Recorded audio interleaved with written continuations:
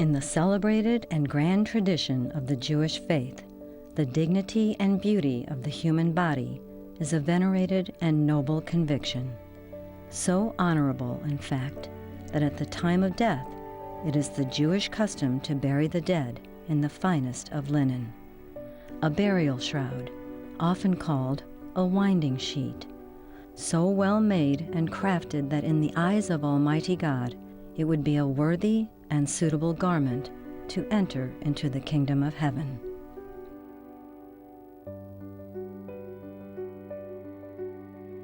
In the history of humankind, one burial shroud in particular stands out as the finest and most prominent. The Shroud of Turin is purported to be the burial cloth of Jesus Christ. It is the most researched icon in the history of the world. Revered, sometimes controversial, and mysterious, this winding sheet clearly shows the image of a crucified man. This shroud is so unique and so sacred, it has often been called the Holy Winding Sheet.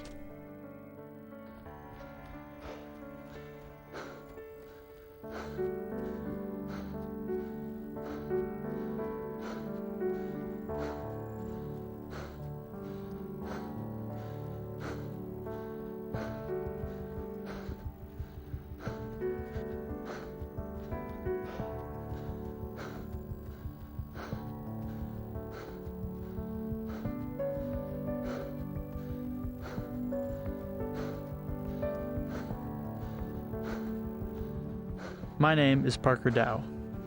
I am a senior at St. Louis Prairie High School in a suburb of St. Louis, Missouri, doing what most students do, competing in sports, in my case, cross country, attending classes, singing in chorus,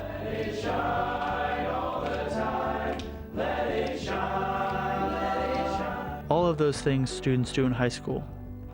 As part of my final year, I have to research and write a senior thesis. My assignment, the Shroud of Turin.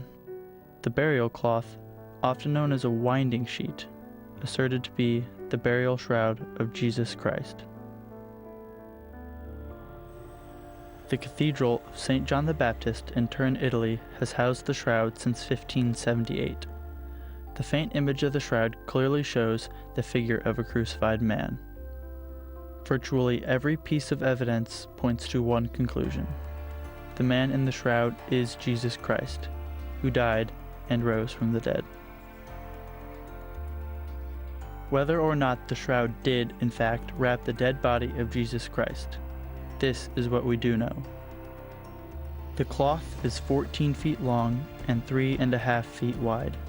It is made of hand-twisted flax. The man in the shroud is 5 feet 10 inches tall. There are nail wounds in his wrists. His thumbs are not visible. 2 nail wounds penetrate his feet. His legs are not broken. 120 whip marks cover his body from his neck to his ankles. His head is covered with puncture wounds. There is a wound in his side which occurred after his death. There is no trace of paint, ink, dye, or pigment on the cloth, but scientific tests show the presence of human blood, type AB, caused by the actual wounds. There are also no stains of decomposition. Those are the scientific facts. If the shroud wrapped the body of a dead and crucified man, which virtually all of the leading experts agree is the case, then there is one major question. What happened to the body? Over the course of nearly 6 months, my research will bring me face to face with 4 leading experts to hear what they believe about the shroud. First thought was I can hardly see it. What they did was they took a nasty thorn bush and just smashed it on his head. Why would you unwrap a corpse?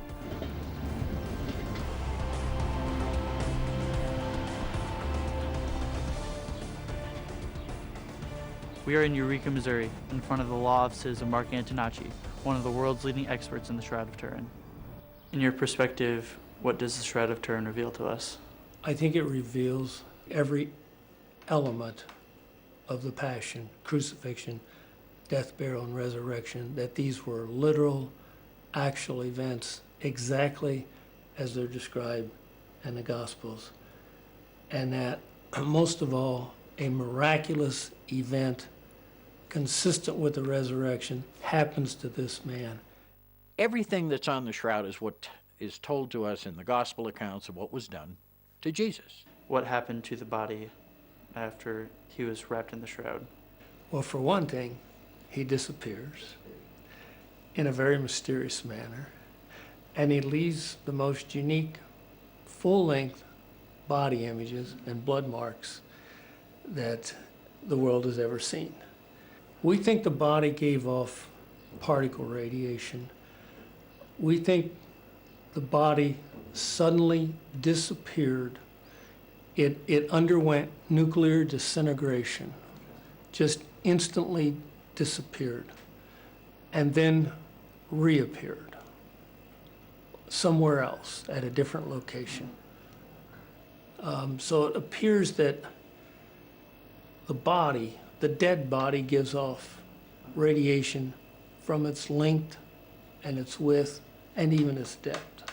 Which would then be consistent with everything we read in the Gospels. Yes, everything about the shroud is consistent with the Gospels.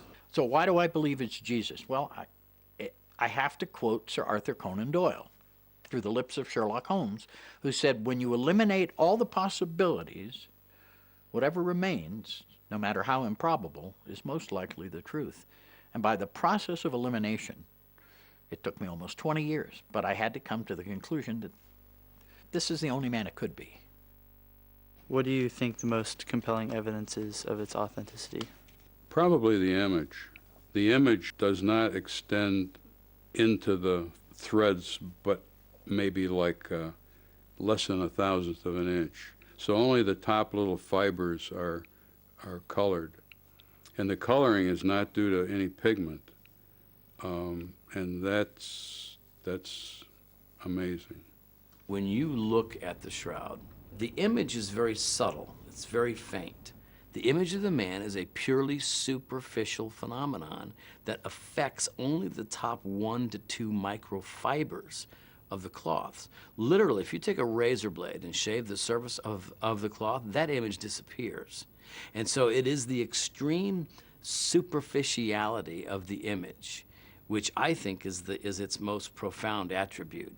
Oh, he's got all the markings of a guy who suffered all the wounds incurred during the Passion and was crucified and is dead and at one time had intimate contact with that cloth. Is it possible that the man on the shroud was not crucified? Is there any evidence that suggests against a crucifixion? Oh no, it's clearly crucified. There's without question. You have nail wounds in the wrist, nail wounds in the feet.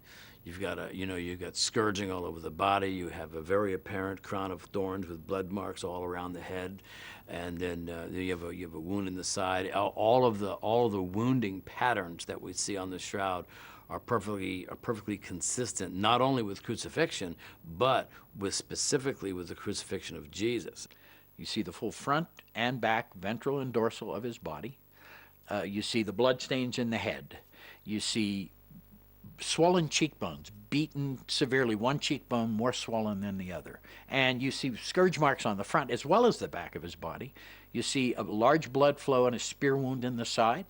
You see wounds from crucifixion nails at the back of the hand. We only see one exit wound from a crucifixion nail, approximately right, at the back of the hand, just above the wrist, not in the middle of the palm, the way artists have always depicted it. So the shroud is more forensically accurate in that respect than most artistic depictions. Because of the scourging is why he died quickly. Both of the thieves on either side of Jesus were still alive. Jesus was already dead. So they broke the legs of the two thieves so that they'd die quickly from asphyxia, the inability to breathe. But they didn't bother that with Jesus. He was already dead. They stabbed him in the side to make sure he was dead. And so then that's when we get the wound in the side. One of the things that we see on the shroud that's kind of interesting is the fact that we don't see much of the thumbs. Some people believe that when the nails were driven through his hand, it touched a certain nerve that would cause a retraction of the thumbs. And in history, as far as I know, only one man has had all those tortures applied to him, including the most prominent one, the cap or crown of thorns, to humiliate him. Oh, yeah? Oh, well, here's your crown. And that just cut his scalp completely and caused him more bleeding, added more torture to the tortures he'd already been given. Is there any decomposition on the cloth? No. See, that's the neat thing, is that this cloth has wrapped a corpse, but there's no stains of decomposition. And so if there was a corpse in that cloth, it wasn't in there for very long. And the blood is human blood, right? Yes, the blood is human blood. It's extremely sensitive, and all the blood marks, whether they're deep or light, had intimate there's serum around the borders. The edges are unbroken. They had intimate contact that you can't get with cloth and a human body. You can do all the experiments you want. You can't encode the blood marks, and he's bloodied from head to foot, front and back. And you see things under ultraviolet lighting that you never saw before, that a forger could not have encoded. Another name for this presentation is CSI Jerusalem, the case of the missing body.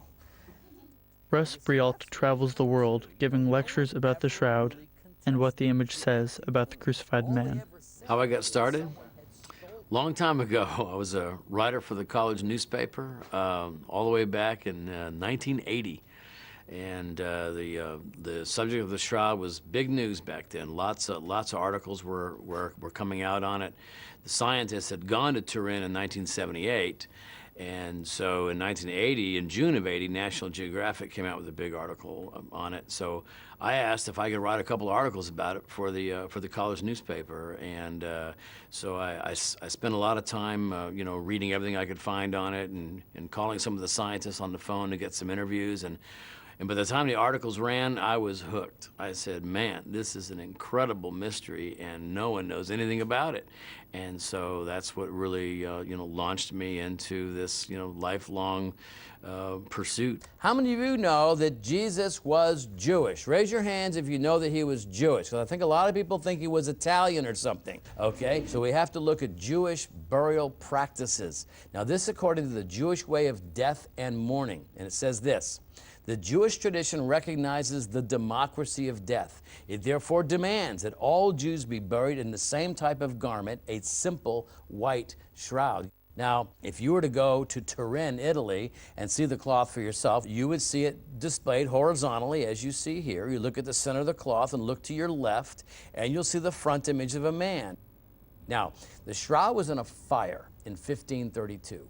It was kept in a silver box. The top of the box melted, and a glob of molten silver fell down onto the cloth, burning all the way through it, creating a series of 8 burns by the way the shroud was folded.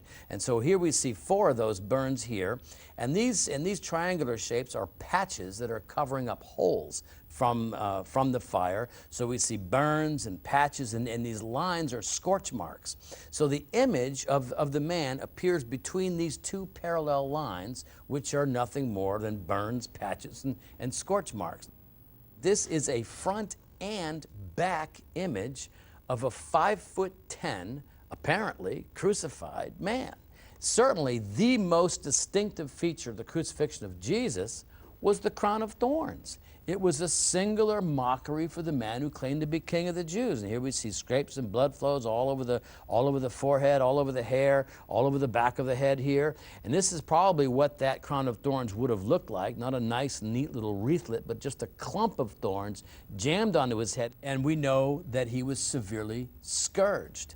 We have scourge marks crisscrossing the body in 2 directions, from the base of the neck all the way down to the ankles. About 120 scourge marks to be counted on the body. And using a Roman flagrum, it has a wooden base with 3 leather thongs tipped with the bits of bone or metal, usually sheep knuckles, designed to flick the skin out when it when it hits. Here's the bottom of the left foot planted firmly against the cloth with 2 exit wounds for 2 nails. And here's the back of the right heel elevated above it. And so now we understand why so many people have been intrigued over the centuries. Could this be the image of Jesus? What you're looking at here is a life-size photo replica.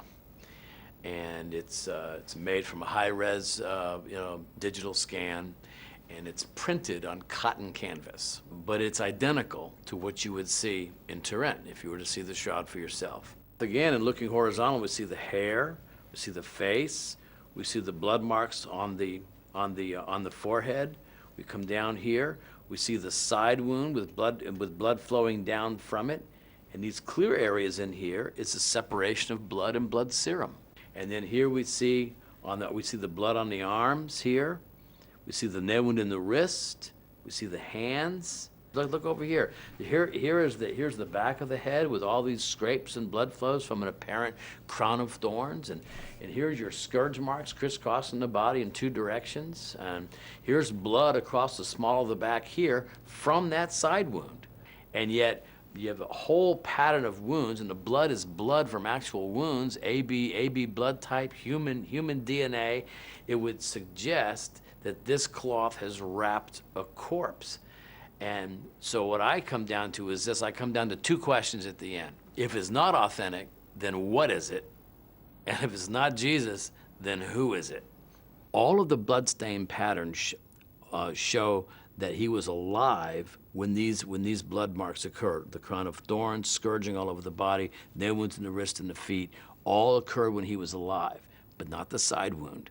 The side wound occurred after death because there's a very clear separation of blood and blood serum. Blood and serum only separates after death because the blood's no longer circulating. And so the fact that we see a very clear stain of blood and blood serum indicates that that's a post-mortem wound. And the either-or proposition with the shroud is that it either is the burial shroud of Jesus or it's not.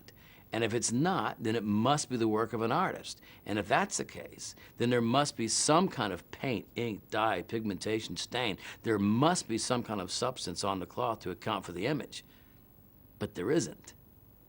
And so this is why, the fact that the shroud remains a mystery after thousands of hours of scientific investigation, I think it's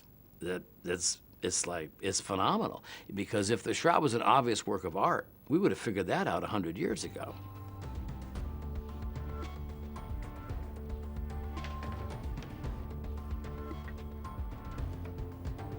What is known about the shroud today is rooted in an astonishing, unforeseen event in the year 1898. Back then, photography was a relatively new endeavor. An amateur Italian photographer named Secondo Pia was given permission to take the first photos of the shroud. At the time, taking a photograph was an elaborate process. The cameras used photographic plates to capture the image. The next step was to create a photographic negative, where black is white and white is black. From that negative, the final, or positive print is developed. When Secondo Pia began developing his pictures, he realized his negative was a positive. For some mysterious reason, the image of the man in the shroud was actually a photographic negative. For the first time ever, the world could clearly see the crucified man in the shroud. It seems to be a perfect photo negative, so that what appears in a photo negative is actually a positive image. These are attributes that are unexplainable. It would be another 80 years before anyone would be permitted to conduct a complete scientific investigation into the shroud. In 1978, 24 scientists and researchers were given unprecedented access to the shroud. The investigation was called the Shroud of Turin Research Project, or STURP for short. The STURP team included atheists, agnostics, Jews, and Christians. Their research and findings would mark a milestone in the history and the study of the shroud. that you see with the naked eye. For attorney Mark Antonacci, the Stirp findings would mark a new chapter in his life. A lot of the blood marks that are on the body would not have been in contact with the cloth as it naturally draped over a person. Tell me how you got interested in the shroud. Stumbled on the subject by accident as a result of an argument with an old girlfriend 32 years ago. And I was an agnostic and she was a very evangelical Christian. And she had a problem with the fact that I wasn't a Christian, and I thought, what the heck is your problem? Why is it a problem? I don't mind if you're a Christian, you know. And it was a very big deal to her, and the fact that we were arguing was on my mind.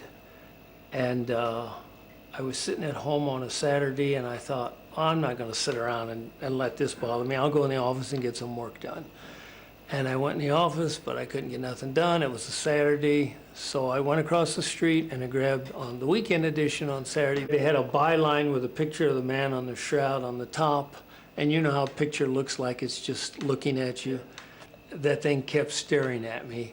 And finally, I decided, all right, I'll read the darn article. But if it wasn't for the argument with the girlfriend, I wouldn't have been at work, I wouldn't have bought the paper, and if I had seen the paper, I wouldn't have read the article. And it was a summary of all of Stirp's findings. This is objective evidence that related to not only the existence of Jesus, but every element of the passion, crucifixion, death, burial, and maybe even resurrection. So it put things in a whole new light. It hit me, I was an agnostic, but it hit me in mid-step, wait a minute, why are you so threatened by this information? It's not threatening news, if anything, it's very good news. And then after I got over that hurdle, then it became a life's work. This is Crystal Lake Reservoir. We're at the base of Pikes Peak in Colorado. And over that next mountain range, in the little town of Florissant, lives a man named Barry Schwartz.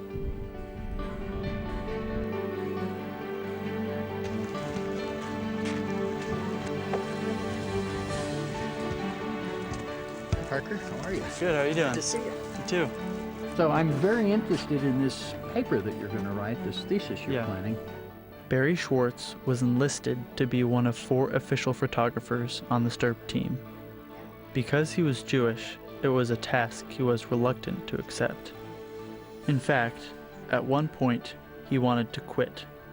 A friend and Stirp team member, Don Lynn, talked him out of it. And I remember saying to him the same thing, what's a Jewish guy like me doing on the team? And Don said, well, apparently you've forgotten that the man in question is a Jew. And I kind of laughed and said, no, that's about the only thing I knew about Jesus, but I did know that. And he said, so you don't think God would want one of his chosen people on our team? I laughed. I said, no, I never thought that. And then he gave me some great advice. He said, Barry, go to Turin and do the best job you can do. God doesn't tell us in advance what the plan is, but one day you'll know. And on those words, I stayed on the team. It would take many years for that plan to unfold completely. And it wasn't until maybe 17, 18 years later that I came to understand that my involvement in this wasn't just to make some photographs. I was privileged to be in that room, and my role in all of this in the end turned out to be, because of that great privilege I was given, I was then obligated to bring that material to those who couldn't be there. So I wasn't in that room for me, I was in that room for you. Yeah. And it took 20 years to come to that realization. Above the forehead, you can see we opened that up, and because I lit from the front, that crease is far more subtle. If you look at the 1931 or the 1898 earlier photographs of the shroud, that's as white up here as this one is down here. So that's Thinking back to 1978 and his time in the room with the shroud, Barry Schwartz remembers one moment in particular. I know it had a lot more emotional kick to some of my Christian friends, because especially my friend Don Lynn from JPL, I remember asking him, I think a day into it or so, in the evening, it was quiet. So I said, so what are you feeling, Don? And he said, and there's a photo of him sort of leaning over the shroud, looking at it that I made of just him looking at it. And he said, what moved me is the tortured body and the peacefulness of his face. Because here's a man who was, beaten and speared and scourged and stabbed and all these terrible things done to him, and yet you don't see a grimace on his face of pain or misery. It's sort of a peaceful expression. And Don Lynn, may he rest in peace, said that was what moved him the most. The close-up, personal involvement with the Shroud changed Barry Schwartz too. His website, shroud.com, is the internet's most popular and extensive collection of Shroud information in the world. I fought it tooth and nail from the beginning to the end, and of course now I'm forever grateful that I did all that. So the way I see it, apparently God had this plan for me and knew what I would be capable of, but not for another 20 years. So he just sort of dragged me along kicking and screaming until I actually matured enough to be able to do what really I was there to do, which was collect this data, make this information available so that everyone had access, not just a bunch of scientists. He admits candidly at first he was skeptical about the Shroud. In fact, he says most of the STURP team believed the image was a fake, the product of some ingenious forger. The researchers hoped to answer one question. How's the image formed? Is it a painting? Is it an artwork? Is it a burn? Is it a scorch? What is it? And kind of funny we couldn't answer that question in the end. And it's ironic that after our work and after we returned and we published all our papers in peer-reviewed journals, the general consensus in the world was, sounds like this might well be authentic. My one big question from the beginning is, what happened to the body? Right. Well, that is the ultimate question. It's very interesting that no one ever contested the empty tomb. All they ever said was that someone had stolen the body. You might ask this question, how did the body get out of that cloth? Well, how did he get into the upper room? All the apostles are there in the upper room except for Thomas. We don't know where Thomas was. And the scripture makes a point of telling you that the doors are locked and the windows are shut for fear. They're freaked out. They just killed Jesus. They think they're next. And the scripture says Jesus just appeared. He just manifested in their midst. He didn't knock on the door. He didn't climb in the window. He just appeared. How did he do that? I don't know. So there's something new about this resurrection body that is a totally new that we don't comprehend. My second biggest question was, how was the image created? That is the $64 million question. Clearly, it doesn't appear to be the work of an artist. Some have speculated, could it be could it be a custom crucifixion? Someone who deliberately crucified someone in every way similar as the Shroud, just to kind of mimic or emulate what happened to Jesus. And I suppose you could say, well, maybe, but as far as we know, corpses don't make images on linen shrouds. We've examined hundreds of them, and they all just have smudges where the body decomposed through the cloth over the course of time. And, and so what's interesting is that if the forensic pathologists are right, that this appears to be a real human being who died from these wounds, and if the blood chemists are right, that this appears to be genuine blood from actual wounds, then it would appear that this cloth has wrapped a corpse. The scientific study and findings of the STURP team in 1978 were thorough and compelling. Even the historical record of the Shroud could trace its journey to Turin from Jerusalem.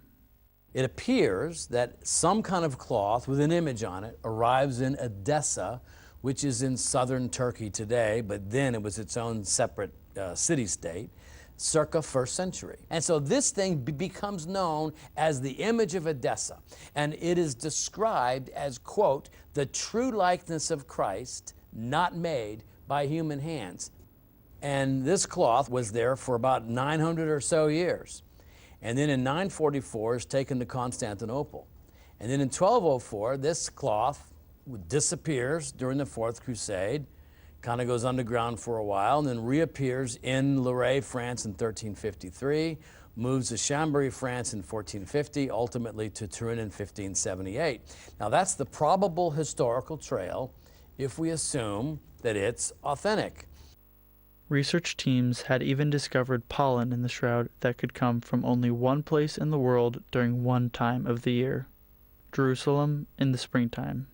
They took sticky tape samples off of the shroud, and so they looked at those and found out that the pollens were from that area. Based on the botanical evidence that this cloth originated within a 20-kilometer radius of Jerusalem. That's pretty specific. So that certainly relates it back to Jesus. Remarkably, the shroud also has three-dimensional qualities. An image analyzer clearly shows the 3D properties, something no forger could have possibly hidden in the image. The three-dimensional or spatial depth information encoded into the density of the image. That's a little confusing, but it's simply this. Where the body was in direct contact, the image is darkest. As the distance increased, the image grows faint up to about 4 centimeters, after which there's no more imaging. What do you think is the most argued evidence against the shroud's authenticity? Well, obviously the radiocarbon dating. Yeah, sadly, the radiocarbon dating, once it came out, immediately caused a lot of people to drop it, walk away. The world's perception of the Shroud of Turin changed dramatically in 1988. That's when another round of tests was conducted, this time on a small strip of linen cut from one edge of the shroud. 3 labs, conducting independent tests, dated the shroud to the Middle Ages, between the years 1260 and 1390. If that was accurate, then the Shroud of Turin would not have been old enough to have wrapped the body of Jesus. And that pretty much brought the world of the shroud crashing down for a long time.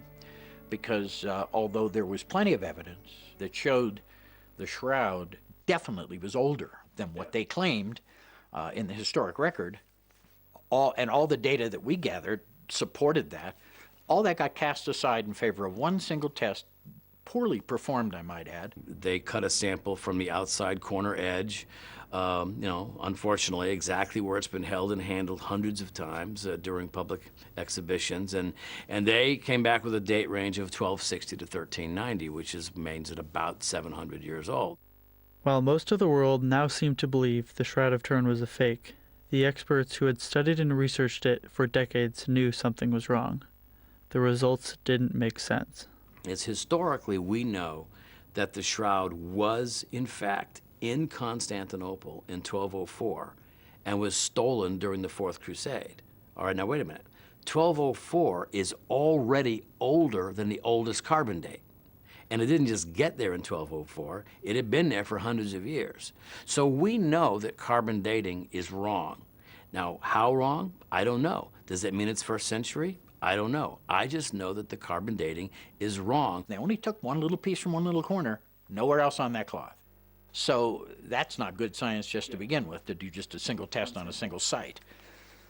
But they did get what they got, and it turns out that the sample site was poorly chosen, that area is anomalous, meaning it's not the same as the rest of the cloth. Which means the sample was not part of the original linen cloth. Rather, it was a strip quite likely rewoven into the cloth, where it had been handled in public over hundreds and hundreds of years. There are several peer-reviewed scientific journaled articles in very highly regarded journals now that show that, prove that. So in effect, the radiocarbon dating of the shroud in 1988 tested a corner that was at best questionable. It's sort of sad that one test trumps all the other data. In the real world of science, if you do 100 tests and 99 point that way and 1 points this way, you throw that one away. That's called an outlier, and you disregard it. In the case of the shroud, they threw away all the real evidence that supported authenticity in favor of one test going against it, but the media coverage, the shroud is a fake, were the headlines around the world. And to this day, when I meet people, I get 2 responses when I mention the shroud. One is, never heard of it, or the other response, oh, I thought they proved that was a fake years ago. Many experts believe the 1532 fire and related smoke, as well as other contaminants over the years, including candle smoke, could have adversely impacted the 88 carbon dating tests. Despite all of the scientific evidence, some still believe the shroud is the product of a forger. Even though human blood, type AB, is found on the cloth, some still believe it was painted on. Research physicist Art Lind has been conducting his own investigation into the blood on the shroud. And I was looking to see how it would flow down because there are flow marks on the shroud. And because the blood coagulated so quickly, I can say this for sure, that if an artist painted the blood on the shroud, that's a really tricky thing to do. And I get blood from the pigs. And before I can count to 30, I can't stick a brush into the blood because it coagulates.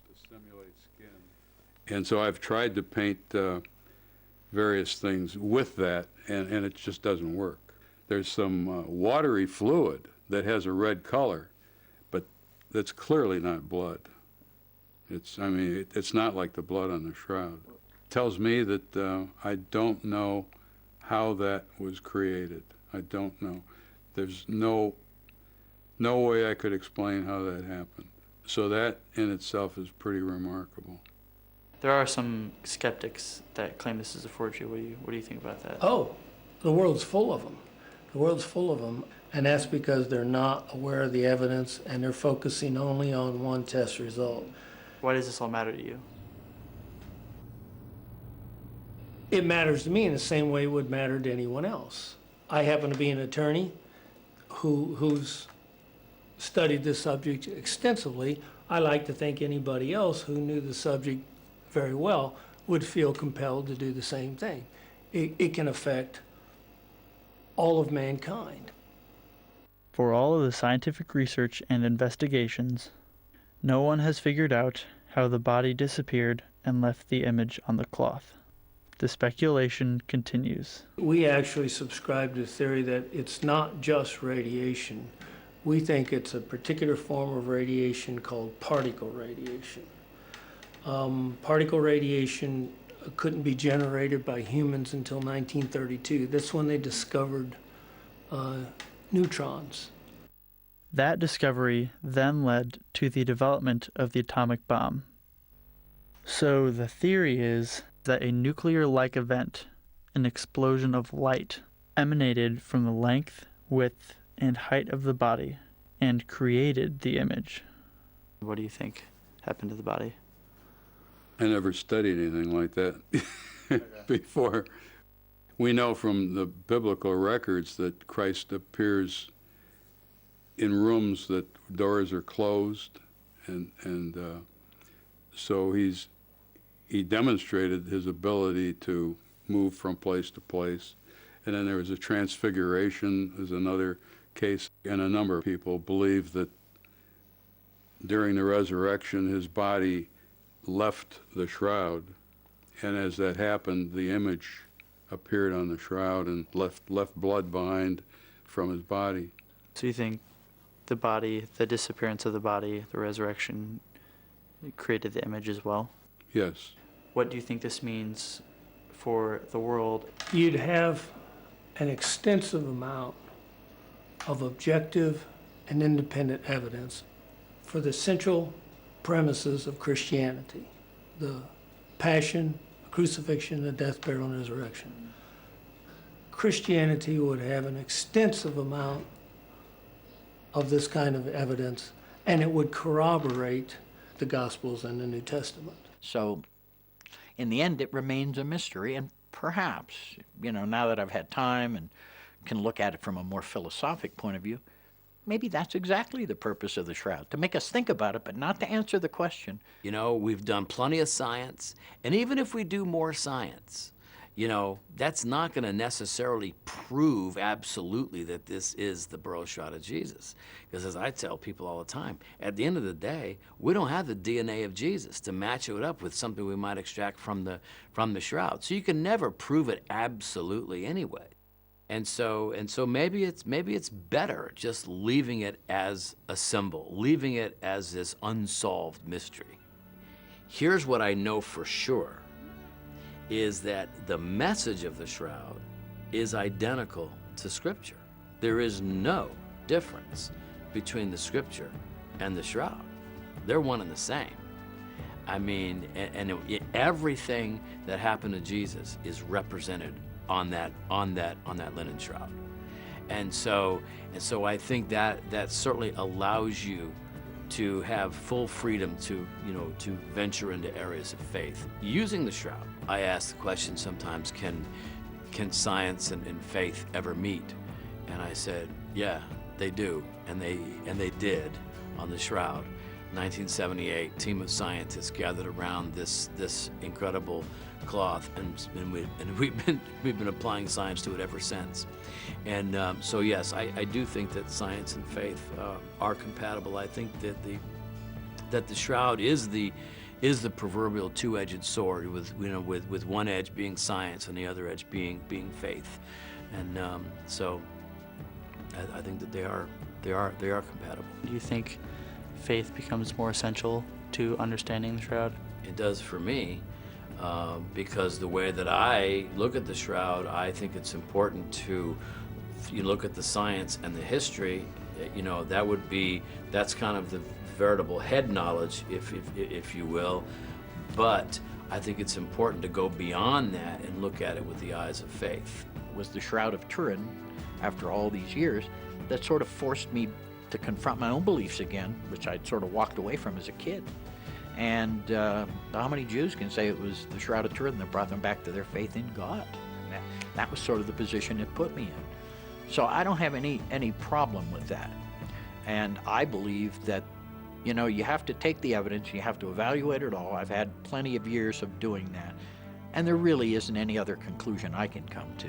I am convinced this is the cloth that wrapped the body of the historic Jesus of Nazareth. Ultimately, the question for me is, what do I think about this cloth, known as the Shroud of Turin?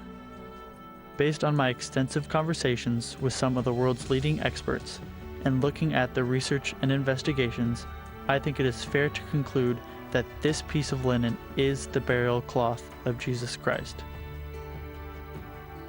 In the end, this is not about what I think. The real question is, what do you think? Lord, find me here in this place where my heart and my mind will love to escape. Lord, it's you.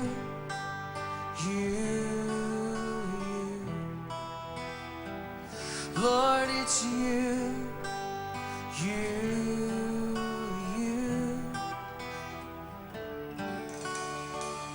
Lord, take me now to a place where my heart and my mind can feel your embrace. I need you.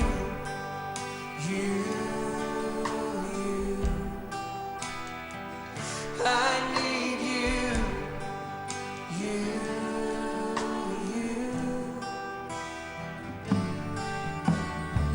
Show me your face. Show me your face.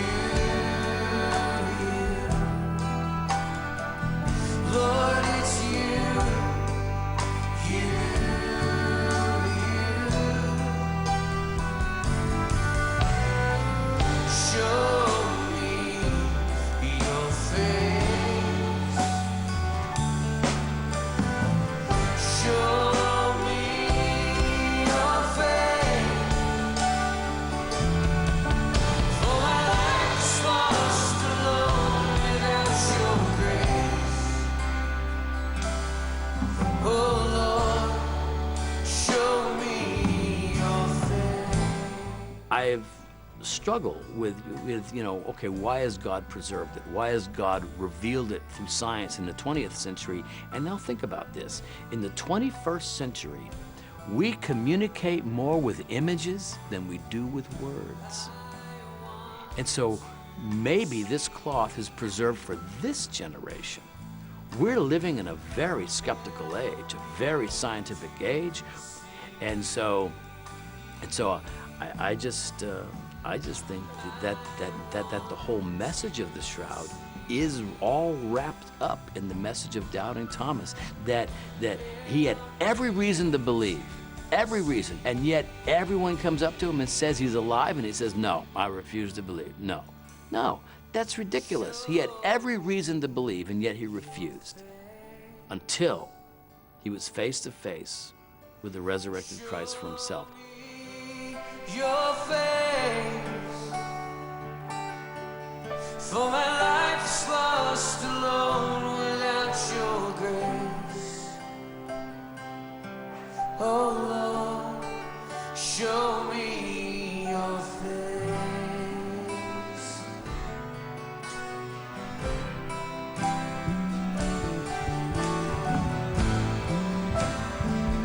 I wanna see.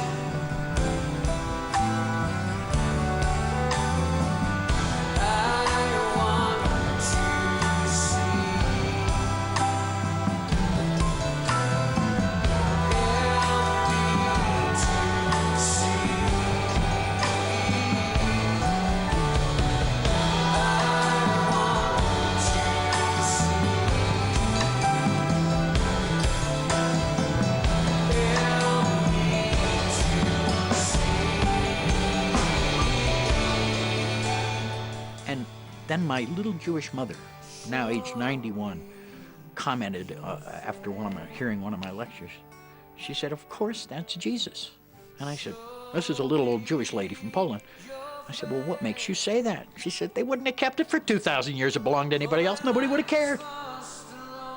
Without your grace, oh Lord, show me your face.